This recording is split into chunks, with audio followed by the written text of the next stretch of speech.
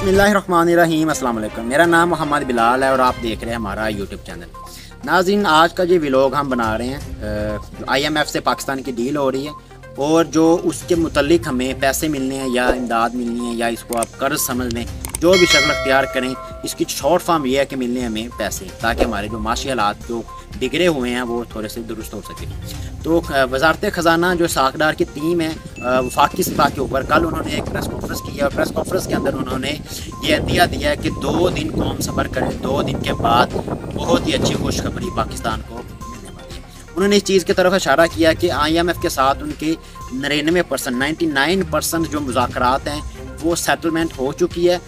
जितने भी उनके मुतालबात थे वो हमने तस्लीम कर लिए हैं या उनमें कोई सेटलमेंट कर लिया या उनको मना लिया या खुद मान गए।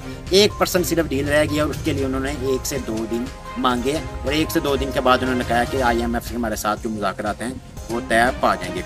IMF का सबसे बड़ा जो मुज़ाकरात लंबे होने का वजह थी, जो मुज़ाकरात बार बार हो रहे थे, पाकिस्तान को 875 अरब रुपये के खसारे का सामना था। खसारा होता है कि पाकिस्तान की जो आमदनी है वो कम है लेकिन जो अखराजात हैं वो ज़्यादा हैं। तो IMF की सबसे पहली शर्त ये थी कि आप इसको कम करें, क्योंकि ये वक्त के साथ साथ मज़ीद बढ़ता जा रहा था। इसको कम करने के 2 तरीके थे, या तो हुकूमत अपनी अखराजात कम करे या फिर पाकिस्तान अपनी कमाई ज़्यादा करे। दोनों सूरत हाल में ये टारगेट पूरा होता है कि जो हमारा खसारा है वो ख़त्म हो रहा है। तो यहाँ पर IMF के ज़रिए 170 अरब रुपये पर लाया गया, मतलब कि जो 875 अरब रुपये का खसारा था, IMF ने मुख्तलिफ टैक्सेस लगवाए, जिस तरह के गैस के ऊपर टैक्स लगवाए, बिजली के ऊपर टैक्स लगवाए, पेट्रोल के ऊपर टैक्स लगवाए, घी के ऊपर टैक्स लगवाए, मोबाइल के ऊपर टैक्स लगवाए, इस्त्री के ऊपर टैक्स लगवाए, सब्जी के ऊपर टैक्स लगवाए, खिलौनों के ऊपर टैक्स लगवाए, न जाने मेकअप, सिगरेट, पान, पता नहीं कौन कौन सी चीज़ों के ऊपर टैक्स लगवाए। उन तमाम टैक्स को लगवाने के बाद जो 875 अरब रुपये खसारा था उसको 170 अरब रुपये पर लाया गया, मतलब 875 और अब 170, अगर ये टैक्स सारे वसूल गवर्नमेंट करने में कामयाब हो जाती है। तो IMF का सबसे बड़ा ये एक मुतालबा था कि वो चाह रहे थे कि आप इस जो खसारे को कम से कम करते जाएं। तो अब इतना जो महंगाई का बोझ आवाम के ऊपर डला है, वो डलने के बाद जो पाकिस्तान का अब खसारा, अगर ये वसूल करने में कामयाब हो गए तो अभी तो 875 ही है, लेकिन अगर ये जो टैक्स लगाएं आवाम ने भी पे कर दिए, कोई एहतजाज ना हुए या कोई भी सूरत हाल होती है, तो 170 रुपये बाकी रह जाएगा जो हमारा खसारा है। उसके बाद इन्हीं मामलात को देखा जाए तो थोड़ी सी मैं बात करना चाहूँगा अपने हमसाये ममालिक की। हम यहाँ पर 1-1 रुपये के लिए IMF के सामने जा रहे हैं, दोस्त ममालिक के सामने जा रहे हैं। हमारे वज़ीर आज़म शहबाज शरीफ हैं इस वक्त, वो कहते हैं हम जिस मुल्क में जाते हैं वो हमसे मिलने के लिए सबसे पहले ये डिमांड करते हैं कि भाई आप लेने का आ रहे हैं और हम दे क्या सकते हैं। ये पाकिस्तान की इज़्ज़त रह गई है कि जब मुल्क में किसी दूसरे मुल्क में दुबई जाना है, UAE जाना है, ज़्यादातर वो बहाने बना लेते हैं कि यार जिस तरह हम नहीं कहते कि कर्जदार आ जाए, हम कहते हैं जी उसको बोलो वो घर ही नहीं है, वो मतलब कि कहीं बाहर गया हुआ है या आउट ऑफ सिटी गया हुआ, ताकि उस बंदे से जान छूट जाए, क्योंकि हम उसे मज़ीद कर्जा नहीं देना चाहते या हमारे खुद के हालात ठीक नहीं। तो ऐसे ही पाकिस्तान के लीडरान जब बाहर जाते हैं तो वो लोग सबसे पहले इस चीज़ को जानने की कोशिश करते हैं कि आप लोग लेने क्या आ रहे हैं। तो यहाँ से फिर एक शर्मिंदगी का एक सफ़र शुरू होता है जो पाकिस्तान मुसलसल सैर है। तो उसकी निस्बत अगर आपको मैं ख़बर सुनाऊँ तो वो ये है कि पाकिस्तान के जो हमसाये ममालिक है वहाँ पर एक फ़िल्म रिलीज़ हुई है शाहरुख खान की, पठान फ़िल्म आजकल चर्चे में है। और उसने 15 दिनों के अंदर 1000 इंडियन रुपीज़ का बिज़नेस कर दिया। 1000 करोड़, मैं पहले लगाना भूल गया। 1000 करोड़ को अगर पाकिस्तानी रुपीज़ में कन्वर्ट किया जाए तो इस वक्त 4 या 4.5 रुपीज़ एक इंडियन रुपीज़ और पाकिस्तानी 4.5 रुपीज़ हों तो यहाँ इतना फ़र्क चल गया।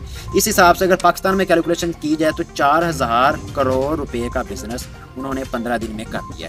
तो ये बात सिर्फ इसलिए बताना के लिए ज़रूरी था, ये मैं कोई प्रमोशन नहीं कर रहा मूवी की, कि हमारे हमसाये ममालिक में जो अखराजात हैं उनको कंट्रोल करने के लिए कितनी ज़्यादा चीज़ों के अंदर वो इन्वेस्टमेंट करते हैं। उन्होंने अपना एक फ़िल्म इंडस्ट्री कितनी ज़्यादा ऊपर ले गए हैं, उनके जो बाकी चीज़ें हैं वो बड़ी कंट्रोल में है, एक्सपोर्ट कंट्रोल में है, करप्शन उस मुल्क में भी है। ये नहीं है कि पाकिस्तान करप्शन में लता पड़ा हुआ है। अगर आप इंटरनेशनल डॉक्यूमेंट्रीज़ पढ़ें तो इंडिया के बारे में भी सेम वही मौक़िफ़ है जो पाकिस्तान के बारे में है कि ये पाकिस्तान भी करप्ट है और इंडिया भी करप्ट है। मैं लीडरान की बात कर रहा हूँ। तो वहाँ पर क्या होता है कि 2 चीज़ों के ऊपर उन्होंने इंडिया ने कंट्रोल किया हुआ है। पहली चीज़ के ऊपर ये कंट्रोल किया हुआ है कि जो बंदा भी करप्शन करता है चाहे वो उसको पकड़ें या ना पकड़ें, लेकिन वो उसको पैसा बाहर नहीं लेकर जाने देंगे। अगर एक बंदे ने 5,000 करोड़ रुपए की करप्शन की है तो इंडिया सबसे पहले क्या करता है कि करप्शन करके उस बंदे के पास पैसे तो आ गए हैं, लेकिन किसी तरीके से वो बाहर ना लेके जाए, रहे उनका इंडिया के अंदर ही। लेकिन जब वो पैसे करप्शन होने के बावजूद रहेंगे मुल्क के अंदर ही, तो उस बंदे को तो फायदा हो जाएगा, लेकिन मुल्क का नुकसान नहीं होगा, क्योंकि पैसे जिसके पास नहीं है तो मुल्क के अंदर ही।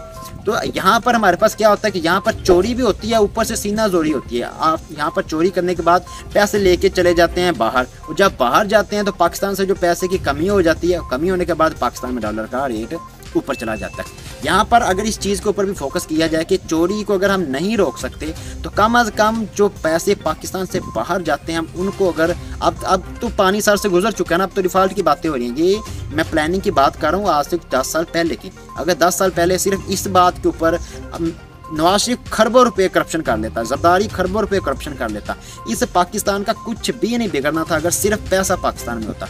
उन्होंने तो अमीर हो जाना था, बहुत ज़्यादा अमीर हो जाना था, लेकिन इंडिविजुअली तौर पर देखा जाए पैसा तो पाकिस्तान में ही होना था, तो इसलिए पाकिस्तान का नुकसान कम होना था। तो ये बात के ऊपर हमें सबसे पहले कंट्रोल करना चाहिए था। दूसरा, जो हमारे मुल्क में डॉलर लाने के लिए जिस तरह इंडिया में फ्रीलांसिंग बहुत ज़्यादा हो रही है, वहाँ पर इतने ज़्यादा यूट्यूबर्स हैं, वहाँ पर फाइवर में काम हो रहा है, वहाँ पर बॉलीवुड में काम हो रहा है, वहाँ पर इंडस्ट्री में काम हो रहा है, वो बाहर जाती हैं, कोई मूवी रिलीज़ करते हैं, 1,000 करोड़ आ गया, 1,500 करोड़ आ गया, ये आ गया। इन तरह के मामलात में हमारा पाकिस्तान इमरान खान साहब के दौर में जाना शुरू हुआ था, क्योंकि उन्होंने फ्रीलांसिंग के लिए पाकिस्तान में कामयाब नौजवान के थ्रू बहुत सारे प्रोग्राम शुरू किए थे, जहाँ पर वो फ्रीलांसिंग के कोर्स करवाते थे। और कोर्स करवाने का मकसद ये था कि ये लोग बाद में घर बैठ कर पैसे कमाएं, फ्रीलांसिंग करें और पाकिस्तान में डॉलर आएँ। तो इस हुकूमत को अगर कोई बदले लेने थे तो सियासत से लेते, अवाम से ना लेते। उन कोर्सेज को इन्होंने बंद कर दिया, वो प्रोग्राम्स बंद कर दिए। आप चाहे उनका नाम चेंज कर देते, नवाज शरीफ कामयाब प्रोग्राम रख देते, कम अज़ कम अवाम को तो उससे कुछ मिलता। और पाकिस्तानी जो बेरोज़गार घर बैठे होते हैं वो कोशिश करके शायद कोई फ्रीलांसिंग कर लेते और पाकिस्तान में डॉलर की आमदरफ्त आ जाती। तो हमें इन चीज़ों की तरफ जाना चाहिए, बजाय कि बार बार IMF। अब यहाँ पर हमारे पास जो खबर है, उन्होंने लिखा है कि IMF के साथ डील को कामयाब बनाना पाकिस्तान के लीडरान की बहुत बड़ी कामयाबी है।